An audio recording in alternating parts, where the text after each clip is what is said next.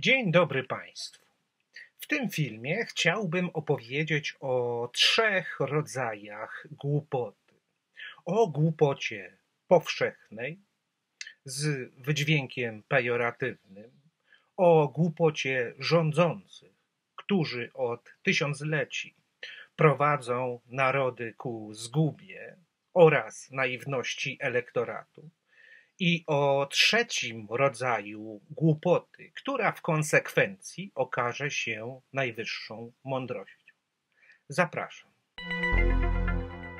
Powszechnie sądzimy, że głupiec to człowiek ograniczony, nierozumny, szkodzący sam sobie, strzela sobie w kolano. W gruncie rzeczy jest to niedojrzały idiota, bo idiota stoi na samym dole tej nieszczęsnej hierarchii. Ale o tym akurat mówię w tym filmie, który pojawił się na karcie u góry. Wyobrażenie idioty jest dla nas oczywiste, podobnie jak głupka. Nikt nie ma wątpliwości. Ale tutaj, właśnie w tym miejscu, rodzi się swoisty paradoks. Bo jakże to ludzie rozumni, nieograniczeni, oświeceni, jak się mówi, wyuczeni, bo to są wykształciuchy, mogą sobie szkodzić? Czyż wojna, wieczne rozchwianie nastrojów społecznych nie jest przyczyną tego, że czyjeś zachowanie jest nierozumne, nierozsądne i ograniczone, mimo że uchodzi za światłego?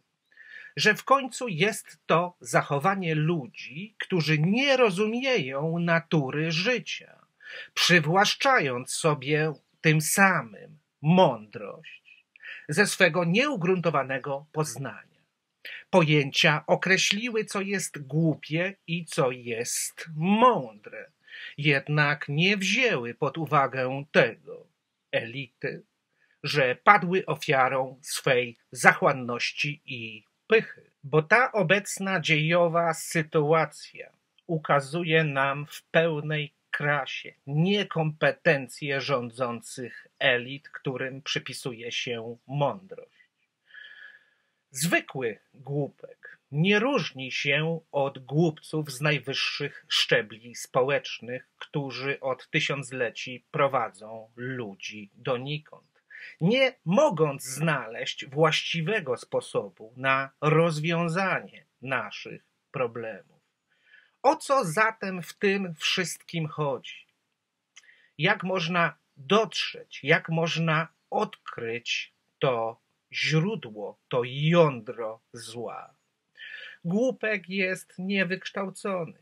On sobie sam szkodzi od razu. Upadnie, nie przetrwa. Mądry jest wykształcony. Wiedza pozwala mu stosować środki, aby przetrwać. Jednak tutaj nie bierze się jednej istotnej rzeczy pod uwagę. Rozumienia natury wszechświata, bo to jest najważniejsze, bo natura wszechświata koryguje, cały czas koryguje nasz kurs, gdzie zmierzamy, kim jesteśmy. To są bardzo ważne pytania. Jeśli wybieramy jakąś drogę, a nasz świat się nieustannie chwieje i wali, to znaczy się, że natura wszechświata informuje nas o błędach, jakie popełniliśmy. I tutaj trzeba w tym miejscu powtórzyć bardzo ważną definicję, że przetrwanie nie zostało dla nas przewidziane. Co należy wiedzieć w kwestii upadku ludzkiej cywilizacji, jeśli nie będziemy przestrzegać praw rządzących wszechświatem? Droga ludzkiej cywilizacji jest drogą do całkowitego zamilknięcia, do unicestwienia. Jeśli bowiem ten gatunek wyłonił się na powierzchnię z okrutnego prawa przyrody, z drugiej strony, biorąc pod uwagę równowagę sił w przyrodzie, gatunek, który już swą drogę przeszedł, gdy wszystko zostanie policzone, używając żargonu fizyków, scenę wydarzeń opuścił. Jak Państwo zauważyli, ta definicja jest bardzo mroczna. Nikt i nic nie przetrwa. Dlatego walka o przetrwanie na najwyższym stopniu ewolucji, gdzie teraz się znajdujemy, traci dokumentnie na znaczeniu. Wszystko, co kroczy drogą zdobywczego wyobrażenia, jest przez wszechświat obracane w niwecz. Na najwyższym stopniu ewolucji zmienia się bowiem paradygmat. Traci na znaczeniu walka o przetrwanie, a zyskuje walka o dojrzewanie w prawdzie wszechświata. Czego dotyczy zatem ta walka? Dlaczego w końcu nie jesteśmy w stanie tego pojąć? Chodzi o rezygnację z władzy i poszukiwania zdobywczego wyobrażenia. Chodzi wreszcie o stworzenie społeczeństwa otwartego na zapłodnienie intelektualne i moralne. Do czego ma służyć moralne zło? Poprzez ten czynnik jesteśmy w stanie odzierać nasze życie ze złudzeń, wpuszczać światło w zaciemniony obszar naszego doświadczenia, który zawsze jest związany jedynie tylko z walką o przetrwanie. Żeby przetrwać, trzeba kłamać i kierować destruktywne zło na zewnątrz.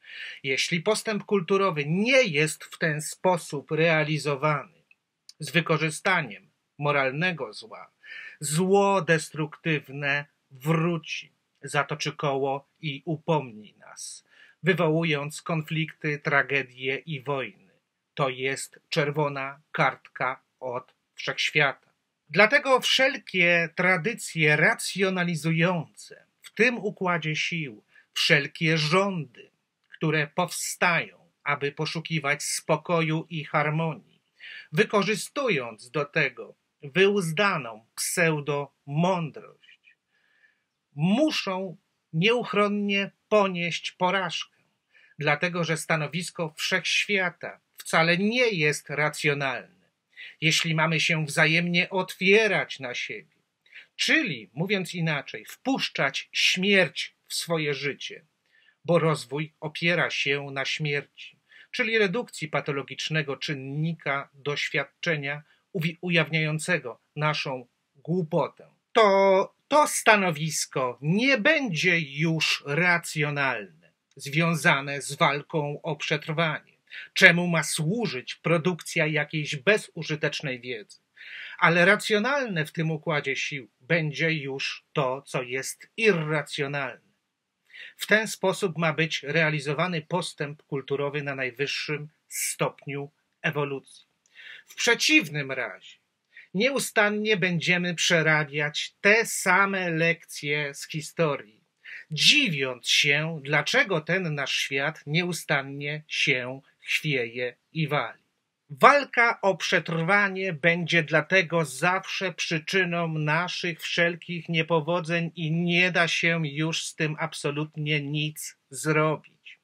Tutaj nie chodzi o żaden rodzaj wiedzy, jakakolwiek by nie była, dlatego że wiedza służy tylko do opisu świata zewnętrznego, a świat zewnętrzny to jest świat przyrodniczy, czyli świat walki o przetrwanie. Dlatego nauka i wiedza nie były w stanie rozwiązać absolutnie naszego żadnego problemu, chociaż tej wiedzy mamy już stosy, a świat się dalej chwieje i wali. Więcej na ten temat mówię w filmie, który pojawił się na karcie u góry. Dlatego ten świat nie dysponuje żadną formą logiki, choć tych teorii logicznych wyprodukowano już w nadmiarze. Na świecie nie ma sprawiedliwości, chociaż się walczy o sprawiedliwość. Zastanówcie się, dlaczego tak jest. Sprawiedliwość jest jako idea równości. Zawsze możliwa tylko w jednym rozrachunku do osiągnięcia. Jesteśmy równi jedynie w obliczu śmierci, a więc w obliczu otwarcia siebie na zapłodnienie intelektualne i moralne, czemu musi służyć właśnie zło moralne. To zło moralne ma dokonywać oświecenia. I rządy światowe powinny przyjąć wreszcie wlać oleju do pustej głowy, bo to już trzeba tak powiedzieć, że inaczej tych problemów rozwiązać nie można. Tu już nie chodzi o stworzenie jakiegoś racjonalnego systemu rozporządzeń i poszukiwania koniecznie władzy i kontroli. Absolutnie nie. Tu trzeba poszukiwać ludzi oświeconych, którzy zawsze rzucają światło na zaciemniony obszar naszego doświadczenia. I takich ludzi trzeba wpuszczać w nasze życie, którzy podpalają właśnie głupotę i zaciemnienie tego odwiecznego, życiowego kłamstwa, które poszukuje władzy, a żeby władzę sprawować, trzeba knuć, trzeba manipulować i trzeba realizować postulaty totalistycznej powłoki czarta. Idea tego chorego świata jest oparta na wyzysku, na manipulacji, na drastycznych wręcz czasami posunięciach, za którymi stoi zawsze ta obrzydliwa walka o przetrwanie. My mówimy tutaj natomiast o jednym, o rezygnacji z władzy w obliczu ujawnienia argumentu o wyższym gradualizmie, który ukazuje nasze zaciemnienie. Ja wiem, że ludzie mają bardzo dużo światu do powiedzenia. Gdyby ludziom pozwolić mówić i uczestniczyć właśnie w procesie kulturowego postępu, poprzez odzieranie naszego życia ze złudzeń, świat natychmiastowo by się zmienił. Ale do tego potrzebujemy nowej idei, nowego spojrzenia na sprawy naszej kultury, bo inaczej nigdy nie wyrwiemy się z tego obłędu, w którym żyjemy od tysiącleci. Szczegółowe informacje na ten temat znajdziesz w filmie Nowa idea dla świata zrujnowanego wojną, który pojawił się na karcie u góry. Z tym filmem związany jest także jeszcze jeden film. Apel do światowych rządów w sprawie odwiecznej walki. Jeśli jeszcze nie widziałeś tych filmów, bardzo cię proszę o zapoznanie się z nimi i poparcie tej idei. Dlatego też i na samym dole, i na samej górze mamy do czynienia z głupotą, którą rządzi dobroć uzbrojona w mądrość i wiedzę bezużyteczną. Wyuzdaną dobroć, której się wydaje, że coś wie o świecie, że nagle zmieni świat, że ureguluje te wszystkie szkodliwe zjawiska, które się na świecie pojawiają i wreszcie zapanuje pokój, spokój, porządek i bezpieczeństwo, ale nic takiego nigdy się nie stanie, bo świat domaga się twórczego niepokoju na drodze rodzenia prawdy, czy się to komuś podoba, czy nie.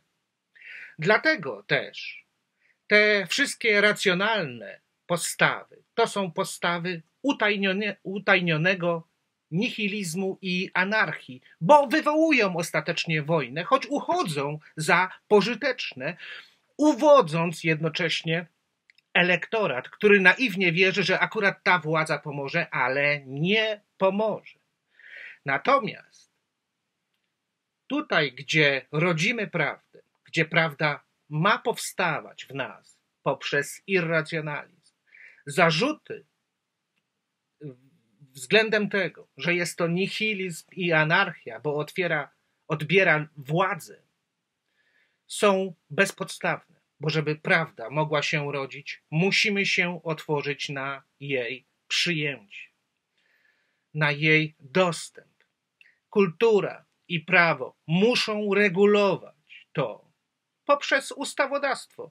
Innego wyjścia nie ma. A żeby każdego cwaniaka, każdego manipulanta, który będzie tutaj chciał załatwiać jakieś brudne interesy, usuwać natychmiastowo.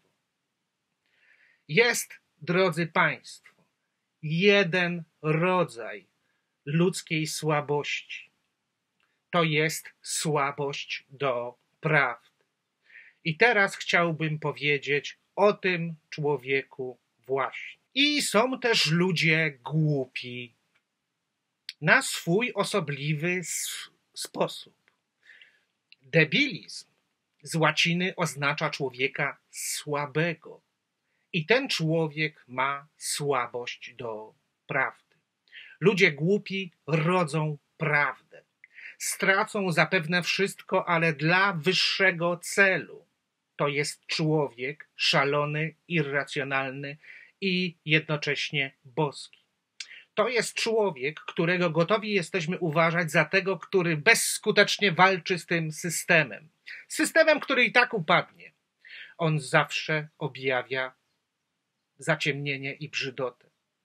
Dla niego prawda jest najważniejsza, bo na najwyższym stopniu ewolucji tylko prawda jest ważna. Takich ludzi wykluczamy z grupy społecznej, kiedyś palono ich na stosie, a dzisiaj, jeśli są dla systemu szkodliwi, to się ich po prostu usuwa gdzieś tam, zabija, czasami morduje. W każdym, powiedzmy, państwie takie sytuacje się zdarzały, bo zdarzały się i w Rosji, i w Stanach Zjednoczonych. W Polsce też takie sytuacje miały miejsce na przestrzeni, powiedzmy, zeszłego stulecia. To wszystko do nas wraca. Ten człowiek jest głupi, powiedzmy taki Giordano Bruno, bo on sobie zaszkodził już w tym momencie, w którym powiedział coś niewygodnego dla systemu. Użył moralnego zła, ale nie uciekał. Nie uciekał. Został. Bo wiedział, że i tak nie ma nic absolutnie do stracenia. Bo nic nie przetrwa. I dlatego system, zamiast przyjąć jego wnioski, jego spostrzeżenia i to, co mówi, i podnieść kulturę na wyższy poziom, dając także innym możliwość uczestniczenia w tej kulturze, to był system słaby, szkodliwy, który walczył o przetrwanie, o wpływy i realizację własnych interesów, bo nasz mózg jest zdeformowany historycznie przez walkę o przetrwanie. Dlatego ponosimy w dalszym ciągu konsekwencje tych zaniedbań, nie rozumiejąc w ogóle, do czego ma służyć kultura. Trzeba to zmienić. Trzeba to ustabilizować w nowym nurcie. Ten człowiek irracjonalny, człowiek kontemplujący, człowiek rozumiejący naturę wszechświata jest człowiekiem, którego poszukujemy, ale tego człowieka też się boimy, dlatego że on zawsze poniesie porażkę. To jest głupiec, który jest najwyższą formą mądrości. Nie dba o swoje życie, straci swe życie, zapłaci najwyższą cenę, ale osiągnie najwyższy stopień oświecenia. A powinien cieszyć się tym, że może wpływać na zmianę świata. Bo ta cała wiedza wytworzona od tysiącleci to jest tylko zwykła głupota. Głupota czysta i banalna, ubrana w szaty mędrca, który, gdyby był mędrcem, to robiłby wszystko, żeby świat prowadzić w stronę oświecenia, a nie w stronę zguby. A tak też mędrzec wykorzystuje swoją rzekomą wiedzę do tego, żeby sobie ludzie krzywdy nie zrobili. To jest takie rozumowe, żeby przetrwać i dlatego właśnie to się wszystko chwieje. Wolność ludzka nie mieści się bowiem w żadnej wiedzy i w żadnej teorii. Wolność to jest osobliwe ludzkie szaleństwo. Dlatego ludzie tak szaleństwa poszukują. Jeśli ich szaleństwo nie zostaje zmaterializowane w naszej przestrzeni, szaleństwo, które nie umniejsza kwestii godności, będzie to szaleństwo destruktywne. Jeśli wolności nie ma w człowieku, to znaczy się, że nie ma jej nigdzie. Dlatego, że wszystko, co mogłaby opisać jakaś obiektywna wiedza, będzie zawsze tylko przyrodnicze, a ludzie chcą być jedynymi i niepowtarzalnymi. Jeśli ktoś ma im mówi, co mają robić, jak mają żyć, jak mają postępować, to są tylko wyhodowanymi przez system niewolnikami. I to jest to właśnie drastyczne złudzenie. Natomiast jeśli zwrócimy uwagę na jednostki będące swego rodzaju indywiduum, To są ludzie, którzy nie tylko nie myślą szablonowo czy schematycznie. To są ludzie, którzy wypracowali osobliwy stopień zarówno rozumienia świata, jak i kontemplowania go.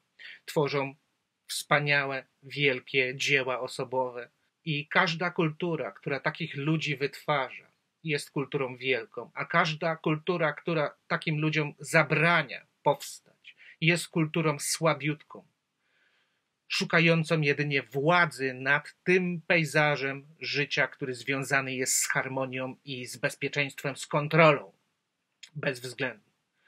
I to zawsze rodzi demonizm. Tutaj powstaje totalistyczna powłoka czarna. Więcej dowiesz się na ten temat z podlinkowanego materiału, żeby już tego filmu nie przedłużać. I teraz zobacz. Okazało się, że Ziemia nie jest płaska. A jaka jest Ziemia? Ziemia jest okrągła, ale równie dobrze mogłaby być trójkątna, mogłaby być jakakolwiek inna. Jakie to ma dla nas znaczenie? Przecież mogłaby być też płaską Ziemią cały czas. Skoro mamy do czynienia z płaskimi umysłami, to niczego nie zmieniło, że Ziemia nie jest płaska. Ktoś kiedyś powiedział, że jest płaska, potem już była okrągła i tak dalej, i tak dalej. Co to zmieniło? Jak żyjemy w świecie płaskoziemców. Ostatnio napotkałem gdzieś na YouTube taki film, że pewien człowiek w tytule tego filmu napisał, że on tutaj miażdży płaskoziemcem. Co to znaczy w ogóle? Wszędzie jest ta płaska ziemia. Płaska ziemia to jest nic innego jak beton po prostu wlany w mózg, który szuka kalkulacji i manipulacji. Nawet jeśli tylko sprzedaje ludziom bezużyteczne teorie dotyczące wyświechtanej duchowości, opartej na szczęściu, poszukującym sympatii, tolerancji i harmonii, która nie jest dla nas do osiągnięcia. W ten sposób, zaniedbując rodzenie prawdy, bo prawda musi być z nas wydobyta i ma temu towarzyszyć cierpienie, ale nie cierpienie, które nam szkodzi. Cierpienie, które podnosi naszego ducha. Ta cywilizacja jest upadła i ona z kretesem za jakiś czas runie, bo będzie nieustannie pogrążona w walce o przetrwanie. A tutaj trzeba myśleć o rezygnacji z walki i to jest dla nas konieczność. Serdecznie dziękuję Państwu za uwagę. Kłaniam się.